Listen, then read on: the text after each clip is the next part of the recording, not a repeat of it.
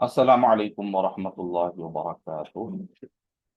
सुनन फितरा 10 है, जैसा कि एक हदीस में बताया गया। और उससे पहले मैंने इसकी वजाहत की थी कि इब्न हजर रहमतुल्लाह अलैह ने तदबीर दी है कि 30 से ज्यादा सुनन फितरा, यानी कि इंसान को फितरत से करीब रखने के लिए, सफाई सुथराई का ख्याल रखने के लिए जो तालीमात दी गई, ताकि वो जानवरों की तरह ना रहे। कोई जानवर अपने सफाई सुथराई का ख्याल नहीं करते, अपने बालों का, अपने दांतों का और अपने पूरे जिस्म पे मैल कुचैल लग जाए इसका ख्याल नहीं रखते। लेकिन इंसान अशरफुल मखलूक़ात है, उसका वो ख्याल रखता है, उसको रखना चाहिए। तालीमात दी गई हैं और इसमें से कुछ चीज़ें वाजिब हैं, कुछ चीज़ें जो है मुस्तहब हैं। तो इस तरह के अहकामात बदलते रहते हैं। इंशाल्लाह मैं तफसीलात बताऊंगा। तो इसमें से इब्न हजर रहमतुल्लाह अलैह कह रहे हैं कि बहुत सारे चीज़ें बताई गई हैं कि इंसान सफाई का ख्याल ऐसा रखे, अपने जिस्म की सफाई का ख्याल ऐसा रखे। उसमें से 10 जो है वो मेजर है, बड़े।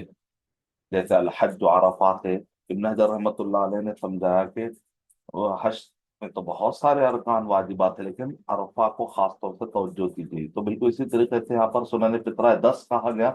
तो मतलब ये नहीं है कि ये 10 में ही महसूर है, इससे बढ़कर भी हो सकता है, लेकिन ये 10 मेजर है, बड़े हैं। बाकी के जुजियात और तफसीलात है। नंबर 1, खतना करवाना। तो मुसलमान इसकी पाबंदी करते हैं, चाहे मुस्लिम मुल्क में, गैर मुस्लिम मुल्क में। हर जगह आप देखें कि इसका मुसलमान ख्याल रखते हैं। अलखितान, सर्कमसिशन, और इसके अंदर लुग़वी माना भी बताया गया है। खतना हुआ करना वाजिब है, अहकामात में बताया गया है। और खतना करना सुन्नत है। बाद उलमाए कराम ने उसको सुन्नत से ताबीर किया है। इब्न अब्दुल बर रहमतुल्लाह अलैह ने जो नकल किया है, ये किताब में तफसीलात हैं। और यहाँ पर ये भी हमें टॉपिक मिलता है कि खतना की फजीलत क्या है। तो इब्राहिम अलैहिस्सलाम के मिल्लत की पैरवी जिसका हमें कुरान मजीद में हुक्म दिया गया, तो इसका मतलब सारे अंबिया फितरत पर थे, अल्हम्दुलिल्लाह। और इब्राहिम अलैहिस्सलाम ने भी खतना की, जबकि वो 80 साल के थे। अब खदूम के दो माने, या तो जगह का नाम खदूम है, या तो वो कुल्हाड़ी की तेज धारी के किनारे से उन्होंने किया। वल्लाहु आलम। ये भी एक मालूमात आपके जहन में रहनी चाहिए। औरतों का खतने का मसला, तो बाद तो यहाँ अक्सर ये सवालात बहुत आते हैं, लेकिन ये हमारे मुल्क के लिए अप्लाई नहीं होता। वो उन ममालिक के लिए जहाँ पर इसकी जरूरत पेश आती है। तो बर सगीर के किताबों में जो है ना, ये इसलिए जिक्र नहीं मिलता क्योंकि यहाँ पर उसकी जरूरत नहीं पड़ती है। वो अरब की औरतों की एक खास मखसूस उनकी एक साख्त है। तो वहाँ की किताबों में मसाइल मिलते हैं। तो इस लिहाज से ये मसला सिर्फ बच्चों के लिए खतना का हुक्म जारी होता है बर सगीर में, उलमा की तरफ से। तो भी तफसीलात है इसमें। नौ मुस्लिम के लिए खतना यह है कि अगर उसकी जान का खतरा ना हो, बीमारी का खतरा ना हो, तो इजाजत है। बाद में उसको वाजिब भी कहा है, लेकिन फौरन जो है नहीं, जब तक कि उसकी रजामंदी ना हो और इसी तरीके से मौसम साजगार हो। और डॉक्टर, दो तीन डॉक्टरों से ही पूछे कि भाई ये पॉसिबल है या नहीं है, क्योंकि कोई जरूरी नहीं कि आप फौरन करें जब तक कि वो खुद राजी ना हो। ये भी एक अहम मसला है। और डॉक्टरों से पूछने के बाद वो अपना फैसला ले सकता है, इंशाल्लाह। मूछ कतरने के बारे में, तो शारिफ कहते हैं वो शेर जो होंठ पर आ जाते हैं। और पानी पीना, उससे भी बाल लोगों ने इसका मतलब निकाला है कि आप पानी पीते हैं, वो बाल जो है आपके साथ पानी पी रहे हैं, तो इसलिए आपने उसका नाम शारिफ रख दिया गया उस मुनासबत से। तो होंठ से आगे आने नहीं देना चाहिए। उमर रज़ी अल्लाह तआला अन्हु जंग के दौरान जो है अपने मूछ पर फूंक मारते थे, तो मूछ उड़ती थी। इसका मतलब निकला कि मूछ बड़ी हो, लेकिन इतनी बड़ी ना हो कि होंठ पार कर जाए। तो होंठ के ऊपर आप एक मोटी मूछ रख सकते थे। इससे दलील मिली। इमाम मालिक रहमतुल्लाह अलैह और शेख अलबानी रहमतुल्लाह अलैह ने इसी से इस्तेदलाल करते हुए फहम सहाबा से आप کہا کہ مونچھ موڑنا کوئی ضروری نہیں ہے، یہاں پر تو عمر رضی اللہ تعالیٰ عنہ مونچھ رکھا کرتے، مونچھیں کترنا فطری سنت ہے، تو اس کو اسی لیے کاٹنے پر، مونچھ کاٹنے پر آپ جو ہے فتوا دیا کرتے تھے علماء کرام۔ جہاں تک داڑھی مونڈنا ہے وہ تو بہت بڑا گناہ ہے، کیونکہ اللہ کے نبی صلی اللہ علیہ وسلم کی صریح مخالفت ہے۔ اعف اللحا و اعف الشوارب، کہ تم داڑیوں کو اسی حال میں چھوڑ دو۔ اسی سے استدلال کیا ہے، مختلف الفاظ آئے ہیں کہ اپنی حالت پر چھوڑ دو، اپنی حالت پر چھوڑ دو۔ ابن شیخ الباد رحمۃ اللہ علیہ اسی سے استدلال کرتے ہوئے کہا کہ ایک مٹھی سے زائد بھی ہے تو چھوڑ دو۔ شیخ البانی رحمۃ اللہ علیہ یہاں پر فہم صحابہ پیش کر کے یہ استدلال کرتے ہیں کہ ایک مٹھی کے بعد اگر کوئی کاٹے تو صحابہ کرام نے کاٹا ہے، تو اس وجہ سے اس پر سختی نہیں کی جائے گی۔ تو یہ دو فتوے ملتے ہیں، اس پر مستقل رسالہ کبھی مستقبل ہے قریب میں میں انشاءاللہ لکھوں گا۔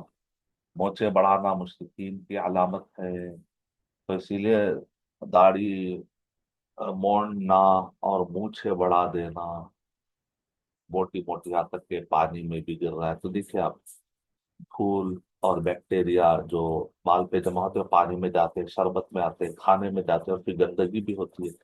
ناخن بڑا کرنے سے ناخنوں میں میل جمع ہوتا ہے، اس وجہ سے اسلام جو ہے اس کو فطرت، سنن کی طرح اس لیے کہا جاتا ہے تاکہ انسان یہ سب چیزوں کو اسلامی طریقے سے کاٹ کر اسلامی شاعر کو آگے بڑھا رہے۔ کھلیا بھی مسلمانہ اس کا لگتا ہے نا، تو حلیے سے ہی پتہ چلتا ہے کہ مسلم۔ مجھے بڑھانا مجوس آتش پرستوں کی علامت ہے، اسی لیے خالق المجوس کہا گیا، خالق المشرکین کہا گیا۔ صحیح بخاری صحیح مسلم کے الفاظ آپ پڑھیں گے جو اسکرین پہ آپ کو دکھایا جا رہا ہے۔ مجھے کاٹنا ایمان کی علامت ہے، تو اپنے بچوں کو جو ہے بتانا چاہیے کہ بھائی مجھے اچھی طرح سے قطر کے رکھو۔ بچے جو ہے بالوں کا خیال نہیں کرتے، سر کے بالوں کا بھی خیال نہیں کرتے، ماں باپ بھی خیال نہیں کرتے، ایک دم ایسا لگتا ہے کوئی جنگلی جانور گھر میں گھس کے آ رہا ہے، تو ایسا نہیں ہونا۔ اللہ کے نبی صلی اللہ علیہ وسلم نے کیا ارشاد فرمایا کہ من کان لہ شعر، من کان لہ شعر فلیکرم، جس کو بال ہے اس کو چاہیے کہ اس کی عزت کرے۔ عزت یہ ہے کہ اس کو مناسب طریقے سے اسلامی طریقے کے مطابق کلیے میں رکھے۔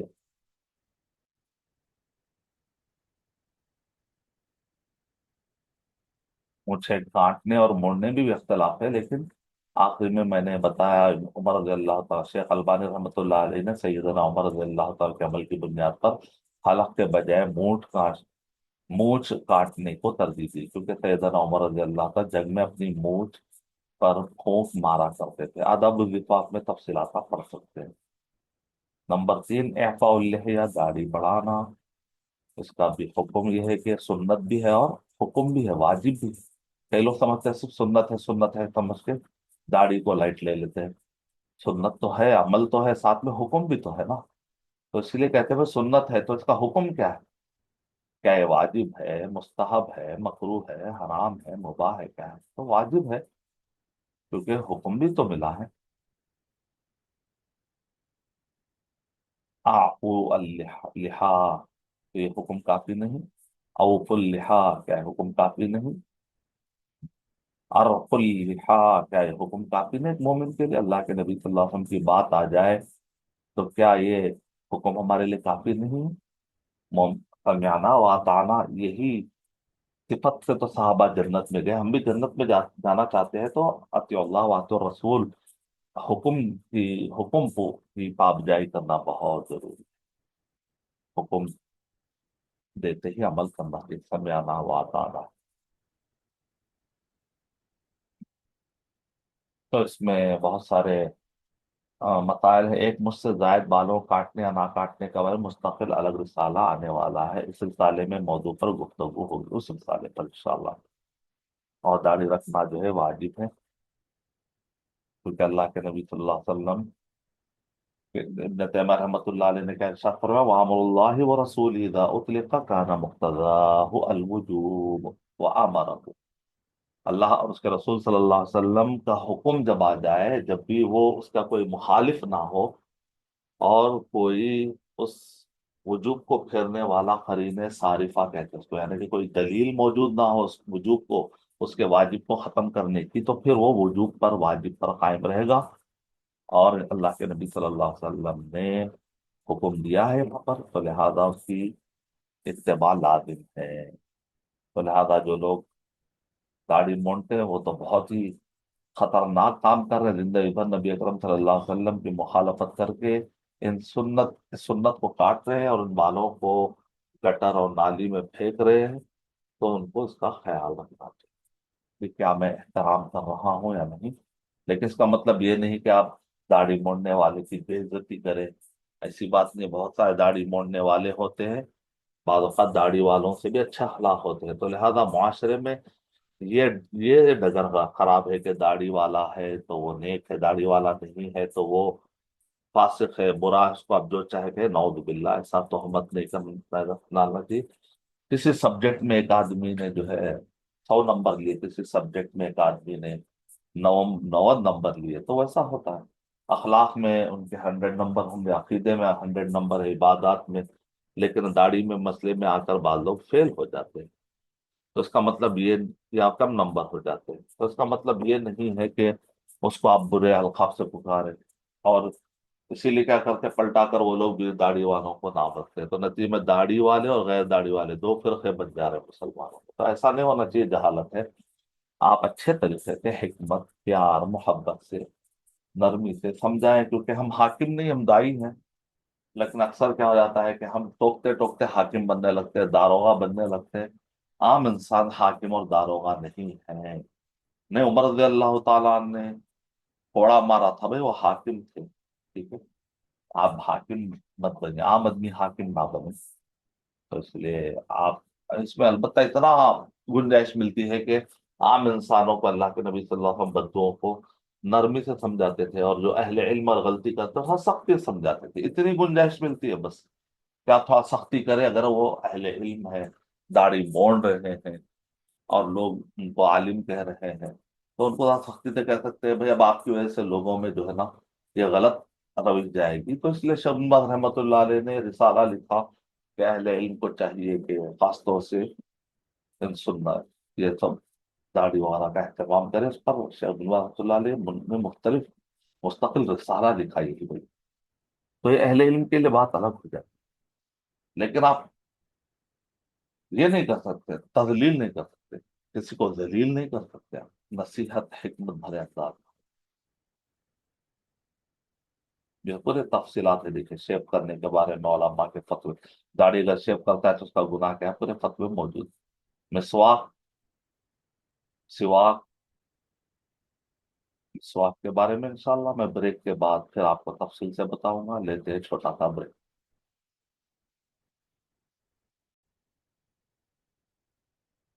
السلام علیکم ورحمۃ اللہ وبرکاتہ۔ بریک پر جانے سے پہلے میں نے سنن فطرہ کے 3 پوائنٹس پر میں نے ڈسکس کیا تھا۔ تب آئیے چوتھا ہے مسواک۔ اس کا لغوی اور شرعی معنی تو کتاب میں ہے، پڑھ سکتے ہیں۔ اس کا حکم کیا ہے؟ مسواک کرنا سنت اور مستحب عمل ہے، لیکن یہ وضو کا حصہ نہیں، یعنی کوئی شرائط میں سے نہیں۔ حالانکہ اللہ کے نبی صلی اللہ علیہ وسلم نے ہر وضو کے ساتھ مسواک کرنے کی تاکید فرمائی ہے۔ مسواک کی چھڑی اور لکڑی زیادہ ترمیم زیتون اور خصوصاً پیلو کے درخت سے حاصل کی جاتی ہے، لیکن مسواک میں سب سے بہترین پیلو کے درخت کی مسواک، اور عربی میں پیلو کے درخت کو شجرۃ الارا کہتے ہیں۔ تو یہ اصل مراد ہے۔ یہ درخت زیادہ تر گرم، خشک اور ریگستانی مقامات پر پایا جاتا ہے۔ قرآن مجید میں پیلو کو خمدن بھی کہا گیا، وہ بدلناہم بجنتیہم جنتین ذواتی اکل خمد، سورہ سبا کے آیت نمبر 60۔ مفسرین کے اقوال ہیں خمد کے بارے میں۔ مسواک کا مقصد یہ ہے کہ اللہ کے نبی صلی اللہ علیہ وسلم نے ارشاد فرمایا، سواک مطہرۃ للفم مرضات للرب، मुंह की पाकीज़गी और रब ताला की रजामंदी का जरिया है। मिसवाक की फजीलत के अल्लाह के नबी सल्लल्लाहु अलैहि वसल्लम ने इरशाद फरमाया कि मिसवाक और खुशबू लगाना अगर मुयसर हो तो ये नबी अकरम सल्लल्लाहु अलैहि वसल्लम ने उभारा है खुशबू पर, मिसवाक पर। नबी सल्लल्लाहु अलैहि वसल्लम का पसंदीदा और दायमी अमल मिसवाक करना था। अल्लाह के नबी सल्लल्लाहु अलैहि वसल्लम रात दिन उसका इस्तेमाल किया करते थे। और इमाम नसई ने बाब बांधा है रोजेदार के लिए पिछले पहर जोहर असर के वक्त मिसवाक करने की इजाजत का बयान। क्या रोजेदार मिसवाक कर सकता है? उसके जवाब में ये अबवाब भी हैं और ये अहादीस भी है। तो मिसवाक में जितना मजा होता है वो मजा जो है लुआब में मिलता है, तो उस कदर जो है शरीयत ने सख्ती नहीं की है कि आपका रोजा टूट जाएगा। तो ये है चौथा मसला मिसवाक से मुतालिक। पांचवा था इस्तिंशाक और मदमदा, नाक में पानी चढ़ाना और कुल्ली करने का बयान। तो मदमदा कहते हैं कुल्ली करना, इस्तिंशाक कहते हैं नाक में पानी लेना। और अल्लाह के नबी सल्लल्लाहु अलैहि वसल्लम ने इरशाद फरमाया कि जब तुम में से कोई वुजू करे तो चाहे कि अपने नाक में पानी चढ़ाए फिर इसे साफ करे, तो अच्छी तरह से साफ करना चाहिए। इस्बागुल वुदू, मुकम्मल वुदू का तरीका अहादीस रसूल सल्लल्लाहु अलैहि वसल्लम ने बताया, उसमें कुल्ली करना और नाक में पानी चढ़ाना भी है, बल्कि बालिग फिल इस्तिंशाक, यहाँ तक भी हमें जुम्मन के लान तकून साइमन, अगर रोजे की हालत में ना हो तो और मुबालगा करो, खूब सफाई करो। इल्ला कि अब रोजा हो तो फिर नाक में पानी इतना ना चढ़ाए कि नाक के जरिए से फिर कहीं हलक पार ना हो जाए, रोजा टूट जाए। बहुत सारे अहादीस है, चौथी पांचवी बहुत पांच हदीसें हैं इस बारे में। और बाद हजरात इस्तिंशाक और मदमदा यानी नाक में पानी चढ़ाने और कुल्ली करने की नफी इनकार करते हैं और कहते हैं शरीयत इस्लाम में उसका हुक्म नहीं दिया गया। और दलील वो देते हैं फौसिल वजूहकुम, यानी इसमें चेहरा धोने के लिए कहा गया, इसमें कुल्ली और नाक का जिक्र नहीं है। शेख अलबानी रहमतुल्लाह अलैह ने इस बात पर ख्याल का रद्द करते कहा, मैं इसी हुक्म का कायल हूं कि कुल्ली करना नाक में पानी चढ़ना ये दोनों वाजिब है, और यही कौल बरहा। तो चेहरे में जो कुल्ली और नाक में पानी चढ़ाना भी शामिल है। नबी अकरम सल्लल्लाहु अलैहि वसल्लम इन दोनों कामों को हमेशा ही मुदावमत के साथ करते हैं। नबी सल्लल्लाहु अलैहि वसल्लम का वजू और आप सल्लल्लाहु अलैहि वसल्लम के वजू का तरीका रिवायत करने वाले, इसकी वजाहत करने वाले तमाम रावियों ने इस पर अमल को रिवायत किया है।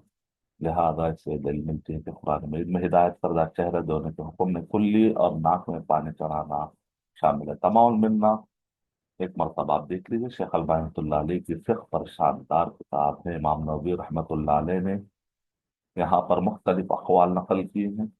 इब्न तैमिया रहमतुल्लाह अलैह ने भी जो है मुख्तलिफ अक़वाल नकल करने के बाद कहा कि वज़ू और गुस्ल में इस्तिंशाक़ और मदमदा वाजिब है, और ये भी हक़ है। उम्दतुल फ़िक़्ह पढ़ लीजिए एक मरतबा, इमाम शौकानी रहमतुल्लाह अलैह ने भी कहा वाजिब है। शेख बिन बाज़ रहमतुल्लाह अलैह ने भी कहा कि कुल्ली और नाक में ये वज़ू में वाजिब है। और शेख इब्न तैमिया रहमतुल्लाह अलैह का भी कौल यही है। रोजेदार के लिए नाक में पड़ा पानी चढ़ाने का हुक्म, एहतियात करना चाहिए, कहीं ऐसा ना हो कि मुबालगा जो करना है नाक में पानी चढ़ाने का वो रोजा की हालत में जब ना हो, तो रोजे की हालत में हो तो बस नाक साफ करे, अब तो वजू हो जाएगा। बहुत ज्यादा पानी चढ़ाने से डर है कि कहीं हलक में ना चला जाए, रोजा बातिल ना हो जाए। छठवां मसला कस्सुल अज़फ़ार व तक़लीम अज़फ़ार, नाखून तराशना, नाखून काटने से मुताल्लिक सुनन फितरा में है। अब इसकी मुद्दत के बारे में देखते हैं। अनस बिन मालिक रज़ियल्लाहु ताला अन्हु से मरवी है, वो क़ितलना फ़ी क़स्स शारिब व तक़लीम अज़फ़ार व हल्क़ आनती व नत्फ़िल इबिती अल्ला नत्रुका अक्सर मिन अर्बईन यौमन, के सैयदना अनस बिन मालिक रज़ियल्लाहु ताला कहते हैं कि मूछे कतरने, नाखून काटने, जेरे नाक के बाल लेने और बगल के बाल उखाड़ने का हमारे लिए वक्त मुकर्रर फरमा दिया गया है, और वो ये है कि हम उन्हें 40 दिन से ज्यादा ना छोड़े रखे।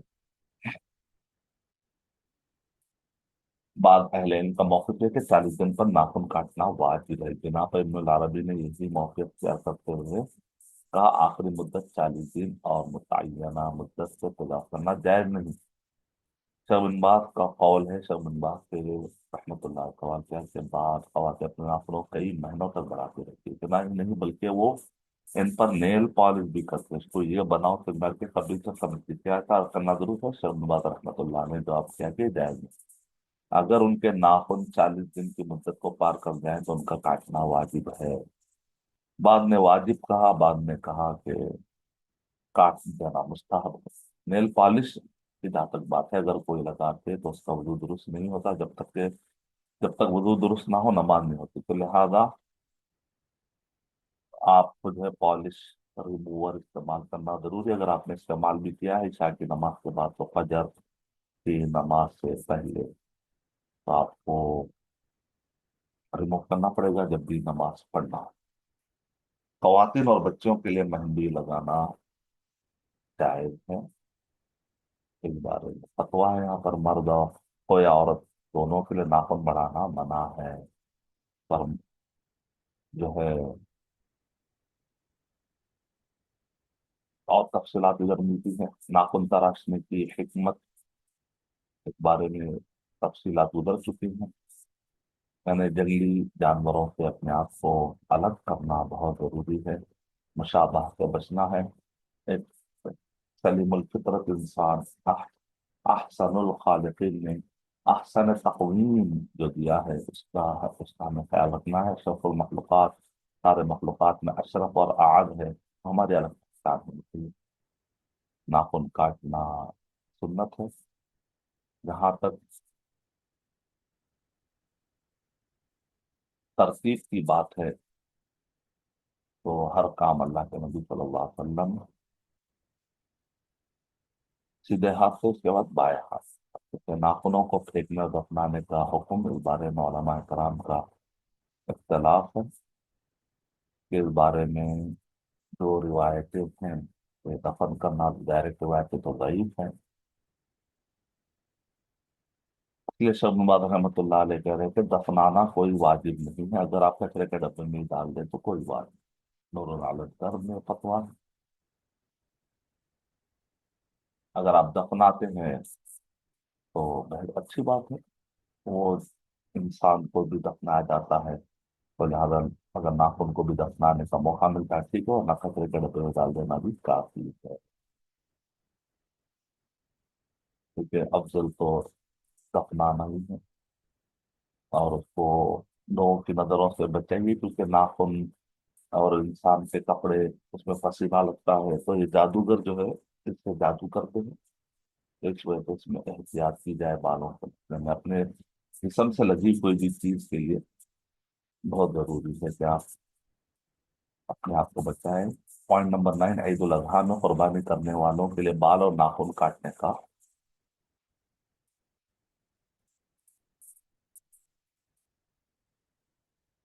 تو شیخ ابن عثیمین رحمۃ اللہ علیہ فرماتے ہیں کیونکہ یہ حدیث مرفوع اور موقوف ہونے میں اس میں اختلاف ہے، اس وجہ سے اس کے اندر جو تاکید آنے کے باوجود بھی اس کی تاکید میں کمزوری آ گئی، کیونکہ اس کے مرفوع اور موقوف ہونے میں اختلاف ہے، تو اس وجہ سے اگر کوئی قربانی دیتا ہے تو اس کو بال سے ناخن سے روکے رہنے کا حکم یہ مستحب ہے، کاٹنا مکروہ ہے لیکن حرام تک لے جانا، حرام کہنا اس کے لیے جو ہے نا کوئی واضح دلیل نہیں ہے، یہ دلیل میں جو اختلاف ہے تو شدت میں کمی آئی ہے، سختی میں کمی آئی ہے، البتہ استغفار کرنا چاہیے۔ احتیاط کا تقاضا یہ ہے کہ ان ایام میں نبی اکرم صلی اللہ علیہ وسلم کے بتائے احکامات پر عمل کرنا چاہیے، مستحب کہہ کر معمولی نہیں سمجھنا چاہیے، اہتمام سے نہیں رکنا چاہیے۔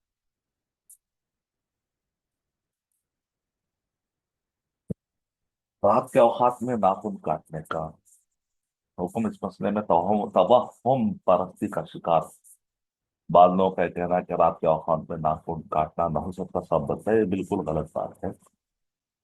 کیا کاٹے گئے ناخنوں کے ذریعے جادو کا عمل ممکن ہے؟ بعض لوگ اس سے فائدہ اٹھاتے ہیں جادوگر، لہذا اپنے ناخن اور بالوں کی حفاظت کرنا کہ بہتر ہے، علماء نے مشورہ دیا، خاص طور سے رقیہ شرعیہ کرنے والے لوگ کہ جو تجربے ہیں ان سے فائدہ اٹھانا چاہیے دنیائی معاملات میں۔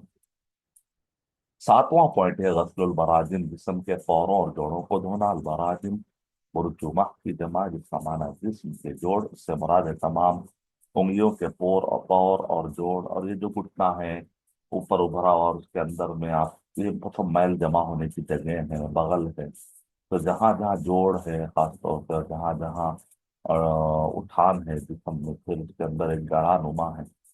तो इन सब, ये एक मुस्तकिल सुन्नत है, वुजू के साथ का कोई ताल्लुक नहीं, यानी कि गुस्ल में गंदगी जमा हो जाती है, खुसूसन मेल कुचल और गंदगी जब जमा हो जाती है, वो जगह मुराद है, खुसूसन सामने जो बहुत नरम और मुलायम होते हैं। इमाम शौकानी का ख्वाल है, उंगलियों के पैरों और तमाम जड़ों पर पाए जाए लकीरों को धोना सुन्नत है, वाजिब नहीं है। उन्हें के यहाँ उलमा के अहकाम भी बताए जा रहे हैं। आठवां है नक्कुल इबित, बगल के बाल साफ करना। बगल के बाल उखाड़ना अफजल है या मोड़ना। इबित की जमा आबाद। तो यहाँ पर बताया जा रहा है कि बगल के बाल उखड़ने के मसनून होने पर उलमा का इत्तेफाक है।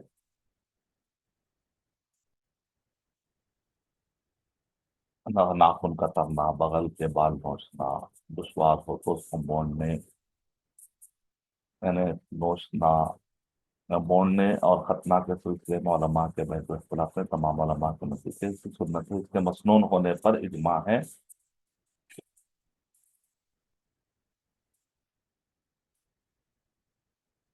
तो इमाम इब्न हजर का कौल है कि काजी अबू बकर इब्न अल अरबी ने एक अजीब मौक़िफ़ अख्तियार करते हुए कहा कि इस हदीस में जिक्र करदा तमाम पांचों खसलतों का हुक्म मेरे नजदीक वाजिब है। तो इसलिए सुनन फितरा में, इसीलिए उलमाए कराम कहते हैं कि बात चीजें, बात का हुक्म वाजिब है और बात का हुक्म सुन्नत है। तो सारे वाजिब है या सारे सुन्नत है, ऐसा नहीं कहना है। बगल के बाल साफ करने का तरीका,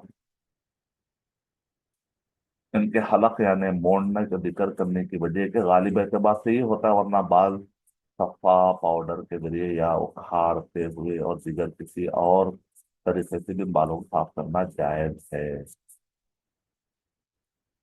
तो यहाँ पर बहुत सारे मुख्तलिफ तरीके हैं बाल उखाड़ने के, जो कि चार तरीके बताए गए हैं। असरी अशिया भी बहुत सारे हैं, रूमर और क्रीम वगैरह इस्तेमाल करने में कोई हर्ज नहीं, शर्मबाद रहमतुल्लाह अलैह ने कहा। लेकिन देर ना, बालों को मोड़ना और बगल के बाल उखाड़ना आता है, लेकिन अगर आपके लिए आसान ना हो तो हलाल अशिया में से किसी भी किस्म की चीज के लिए दोनों मकामात के बाल दायर करने में कोई मुदायका नहीं है। असली अशिया तरीके भी आप इस्तेमाल कर सकते हैं। बहरहाल हल्कुल आना नौवा तरीका है, वल इस्तिहदाद जेर नाक के बाल साफ करना। अल आना यानी उन बालों कहते हैं जो पेट के निचले हिस्से और शर्मगाह के अतराफ होते हैं, इसको ऊन और आनात भी कहते हैं। अल इस्तिहदाद यानी हदीद तलब करना, इस्तेमाल करना, लोहा का औजार से महफूज है, और ब्लेड जैसे किसी तेजधार तेजे नाप के बाल साफ करना, उसको स्तरा भी कहते हैं ना, उस तरह से साफ करना। या हेयर रिमूवर्स के आजकल असली तरीके हैं, क्रीम है और उसी तरीके से पाउडर है, बहुत सारी चीजें इस्तेमाल करते हैं लोग। सब उलमाए कराम ने कहा जिसको जो सहूलत है वो इस्तेमाल करे, कोई मुदायका नहीं। ये सुन्नतें हैं, काटना इसको हमेशा साफ रखना चाहिए। मुद्दत हदीस में बता दी गई है, वही इससे पहले जो गुजर चुकी है कि 40 दिन, ये सुन्नत है कि आप 40 दिन तजावुज ना करें। अगर हो जाता है तो वो गुनाह नहीं है, बाद उलमा ने शिद्दत बरती है, अगर कहते वाजिब है, लेकिन बहरहाल अ, बेहतर है कि आप 40 दिन से पहले पहले हमेशा सफाई करें नाखून की, और अपने मूछ और देर नाक, शर्मगा के अतराफ के बालों की सफाई करते रहें। पहली हदीस, दूसरी हदीस, तीसरी हदीस, चौथी हदीस। कुछ अजनबी से देर नाक के बाल मुड़वाना जायज नहीं है, क्योंकि अल्लाह के नबी सल्लल्लाहु अलैहि वसल्लम ने इरशाद फरमाया, मर्द दूसरे मर्द के सतर को यानी औरत को जिसका छुपाना फर्ज है ना देखे, اور نہ عورت دوسری عورت کے سطر کو دیکھے، اور مرد دوسرے مرد کے ساتھ ایک کپڑے میں نہ لیٹے، اور نہ عورت دوسری عورت کے ساتھ ایک کپڑے میں لیٹے۔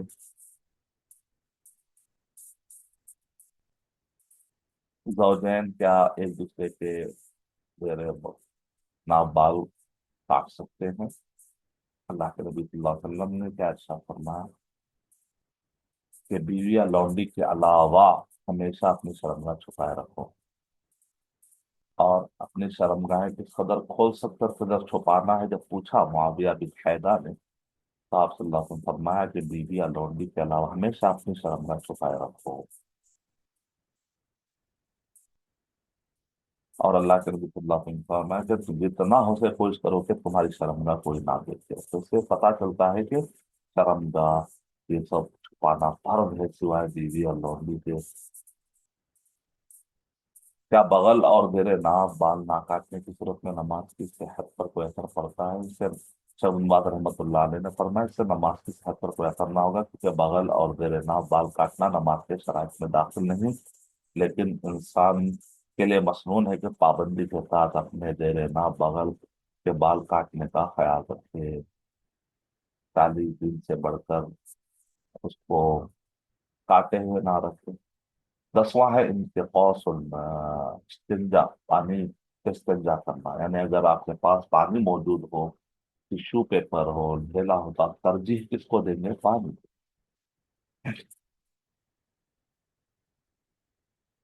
قباء کے بارے میں، اہل قباء کے بارے میں یہ ہے کہ شیخ البانی رحمۃ اللہ علیہ نے اس حدیث کو کے بارے میں آپ نے جو ہے بعد میں ضعیف کہا کہ وہ پتھر اور ڈھیلے پانی سب کو جمع کرتے تھے، بلکہ بعض علماء کرام نے کہا کہ اگر کوئی اس کو لازم سمجھے تو یہ تشدد ہے، لیکن دوسرے علماء کہتے ہیں کہ چونکہ دوسری تحقیق سے ثابت ہے، شیخ البانی رحمۃ اللہ علیہ بھی صحیح کی رہا ہے بعض جگہوں پر، دوسرے علماء نے بھی کہا، تو لہذا اگر کوئی جمع کرتا ہے تو ٹھیک ہے، لیکن بہرحال اصل چیز یہ ہے کہ صفائی ہونے سے پانی کو ترجیح ضرور حاصل ہوگی۔ اس میں بہت سارے احادیث ہیں پانی سے صفائی کے لیے، تقریباً 6، تو آپ تفصیل سے پڑھ سکتے ہیں۔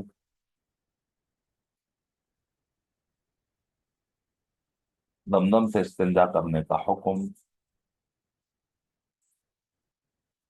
شیخ بن باز کا قول ہے کہ دمدم سے استنجا کرنے کے تئیں استفسار کیا گیا تو فرما صحیح احادیث میں اس بات کی دلیل ہے کہ دمدم کا پانی شرف اور ارتباء کا حامل اور بابرکت ہے، اور صحیح مسلم میں نبی صلی اللہ علیہ وسلم کے پانی کے بارے میں فرمان ہے کہ یہ مبارک ہے، اور کھانے کی بھی چیز ہے، پینے کی بھی چیز ہے، اس سے کھانے اور پینے دونوں کی طاقت ملتی ہے، پیٹ بھی بھرتا ہے اس سے، اور ایک عمدہ چیز سمجھ بھی ہے، شفا سخت نہیں کہنے سے بیماری کی شفا بھی ہے۔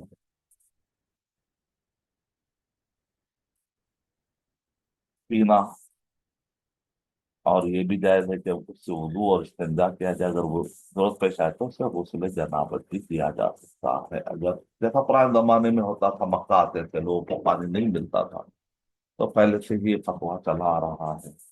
بعض علماء کرام نے اس بات پر اجماع نقل کیا ہے کہ دم کے استنجا اور غسل جنابت نہیں کیا سکتا، لیکن اجماع کا دعویٰ ہی ہے کہ کوئی تصریح یا دلیل موجود نہیں ہے۔ بہتے پانی میں وضو اور استنجا کرنے کا حکم، ظاہر بات ہے اس میں نجس ٹھہرتی نہیں ہے، تو لہذا آپ اس کو اچھے طرح سے استعمال کر سکتے ہیں چشمے سے۔ نجاست اور علم نجاست سے متعلق بات، فتاوی، مخالجات اور اصول اور قواعد۔ نمبر 1، چڑیا، مرغ اور بطخ جیسے شرعی اعتبار سے جائز معقول لحم پرندوں کی پیٹ پاک ہے، اور بکری، گائے اور گھوڑے جیسے تمام معقول لحم جانوروں کے فضلے کا بھی یہی حکم ہے۔ تمام معقول لحم، ماجا نے جن کا گوشت کھایا تھا اس کو معقول، عقل سے، لحم معقول یعنی جس کا لحم کھایا جاتا، گوشت کھایا تھا، وہ جانوروں کے یعنی حلال جانوروں کے پیشاب اور لید کے پاک ہونے کے بہت سے دلائل ہیں، تو اس بارے میں تفصیل سے اس سے پہلے گزر چکا ہے، میں اس کو ریپیٹ نہیں کروں گا۔ آپ قرآن میرا پہلا اور دوسرا سبق اس بارے میں بہت تفصیل میں کہ جانوروں میں کس کا جانور کا لید वो भी तो नमाज हो जाती है, और किसके किन जानवरों की लीद हो तो नहीं होती। ये सारे तफसील तो इससे पहले गुजर चुके हैं, तो लिहाजा मैं इससे आगे बढ़ जाता हूँ। यहाँ पर तफसील से फिर मैंने जिक्र किया कि इसमें कुछ फायदे भी उलमा ने जिक्र किया है, कुछ वैसे मैंने जिक्र कर दिया है। तो यहाँ पर बताया जा रहा है कि जब यह बात साबित हो चुकी है कि महकूलुल लहम परिंदों की पेट पाक है, तो अगर ये किसी कपड़े या जिस्म या कालीन हो जाए, नमाज पर लग जाए, तो उन्हें धोना जरूरी नहीं, और ना ही इस कपड़े या कालीन पर नमाज अदा करने में कोई मजाक है, तो फर्श कर दूर कर दिया जाए। छिपकली गिरगट को मारने का हुक्म दुरुस्त है, और शरई अहकाम व अमामिर की पातजाई बजावरी का ताल्लुक सतात कुदरत की हद से है। अगर इंसान नहीं मार सकता तो उस पर कोई गुनाह नहीं है।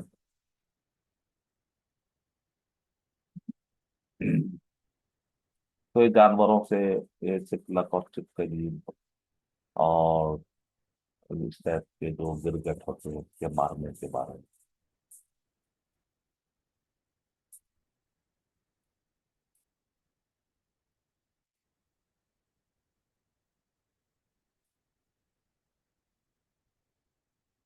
और एक भी मसला इसमें जिक्र किया जा रहा है कि मसाजिद को पाक साफ रखने, उनकी नजाफत का ख्याल रखने का हुक्म नुसूस शरइया में वारिद है। कुरान में है कि मस्जिद को पाक रखना है।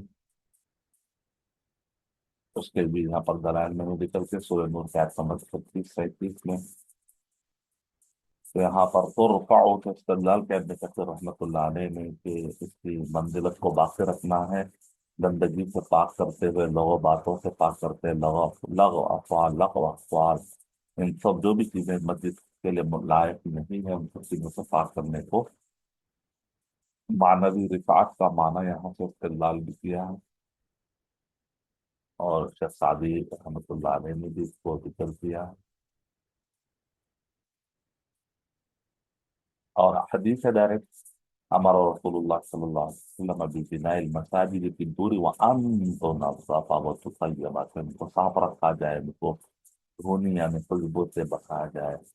तो बहरहाल से सफाई की नुकसान ज्यादा होता है। तो उस वजह से यहाँ पर थोड़ी बाद औक़ात चिपला या इससे पहले गुजरा बाकी हुआ आएगा कि चूहा गुजरता है, उनके मेंढियाँ कहीं होते हैं, तो ये ऐसी चीजें जो इंसान जिससे बच नहीं सकता, कि ला युमकिन तहर्रुज, ऐसे अल्फाज मिलते हैं सबकी किताबों में कि जिनसे बचना मुमकिन नहीं है। उमूम बलवा, इंसान इतनी मुसीबत आम हो चुकी है कि इंसान के कंट्रोल में नहीं है। फत्तकुल्लाह मस्तताअतुम, ला युकल्लिफुल्लाहु नफ्सन इल्ला वुसअहा। तो इस तरह से कुरान की आयतों से इस्तेदलाल करते हुए उलमाए कराम ने काबिल नजरअंदाज माफू आमिल, या जिसको यसीर नजासत कहते हैं, उसको नजरअंदाज करने, उसको माफी का ऐलान किया। तो छोटी छोटी नजासत के पीछे पड़कर भी परेशान भी ना हो, सफाई कर सकते हो तो बहुत अच्छी बात है, डीप क्लीनिंग करते हैं। इंशाअल्लाह तहारत और नजासत से मुताल्लिक मैं आपके सामने कदीम और जदीद 100 मसले बयान करूंगा। ये इंटरेस्टिंग है क्योंकि मैंने अपने 5 जिल्दें, ये जो किताब है किताब तहारा, इसको 2 बड़े हिस्सों में बांटा है। एक है इजाले नजासत, दूसरा है रफ़े हदस। तो इजाले नजासत पर 2 जिल्दें हैं, और रफ़े हदस पर 3 जिल्दें हैं।